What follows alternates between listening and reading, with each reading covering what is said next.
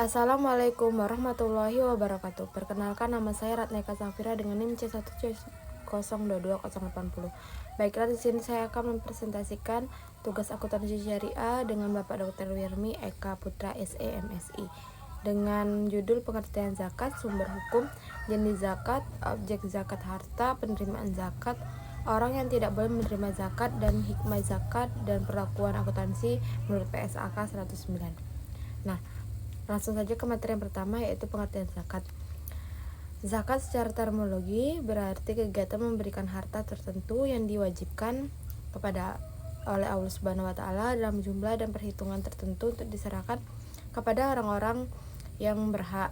Zakat menurut Islam, istilah fikih Islam, adalah sejumlah harta tertentu yang wajib dikeluarkan dari kekayaan orang-orang kaya atau the have untuk diserahkan kepada orang-orang yang berhak menerimanya menurut aturan-aturan atau syariah Allah Subhanahu wa taala menurut Ansori tahun 2006.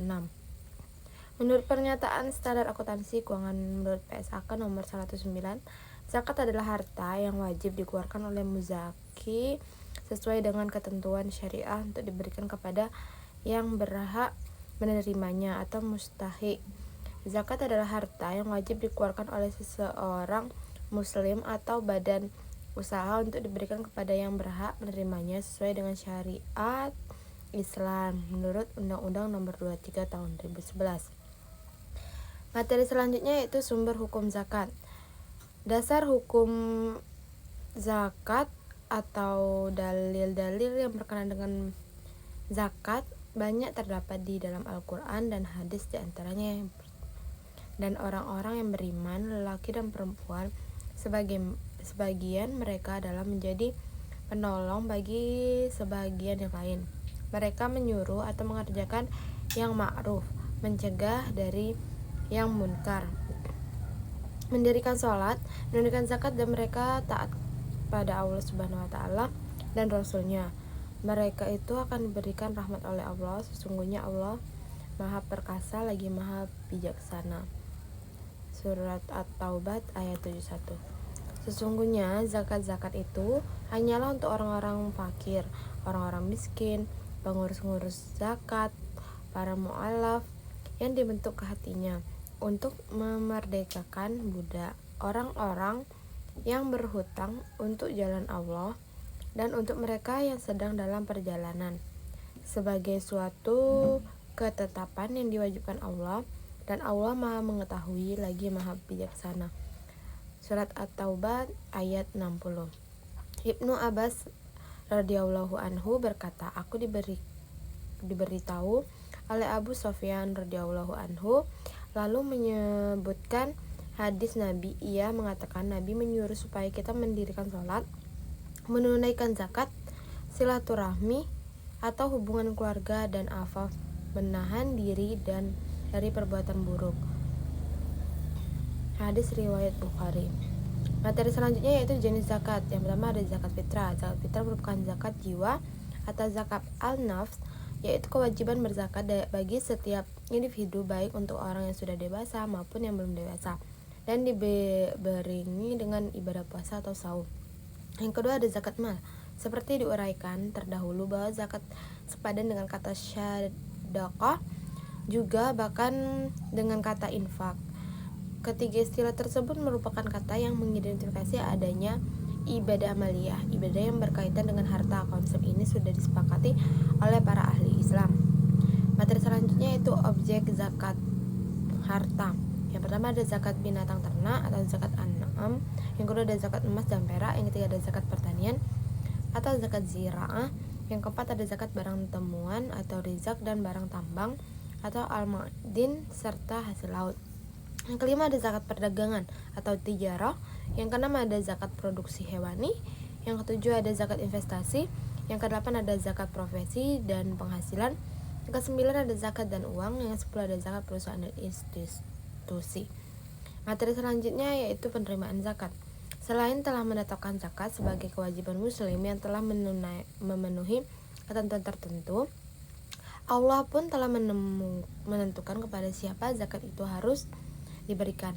Adapun golongan atau asnaf yang berhak menerima zakat menurut buku yang ditulis Nur Hayati dan Wasilah tahun 2013, yaitu yang pertama ada fakir, yang kedua ada miskin, yang ketiga pihak yang mengurus zakat atau amilin, yang keempat ada golongan mu'alaf, yang kelima ada orang yang belum merdeka, yang keenam ada orang yang berutang, yang ketujuh ada orang yang berjuang di jalan Allah atau fisabilillah, yang kedelapan ada orang yang melakukan perjalanan atau ibnu sabil. Materi selanjutnya yaitu orang yang tidak boleh menerima zakat. Menurut buku yang ditulis Nur Hayati dan Wasilah tahun 2013, orang yang tidak boleh menerima zakat antara lain yang pertama adalah orang kaya, yaitu orang yang berkecukupan atau mempunyai harta yang mencapai satu nisbah. Yang kedua ada orang yang kuat yang mampu berusaha untuk mencukupi kebutuhannya, dan jika penghasilannya tidak mencukupi, baru boleh mengambil zakat. 1, 2, 3 orang kafir di bawah perlindungan negara atau Islam, kecuali jika diharapkan untuk masuk Islam.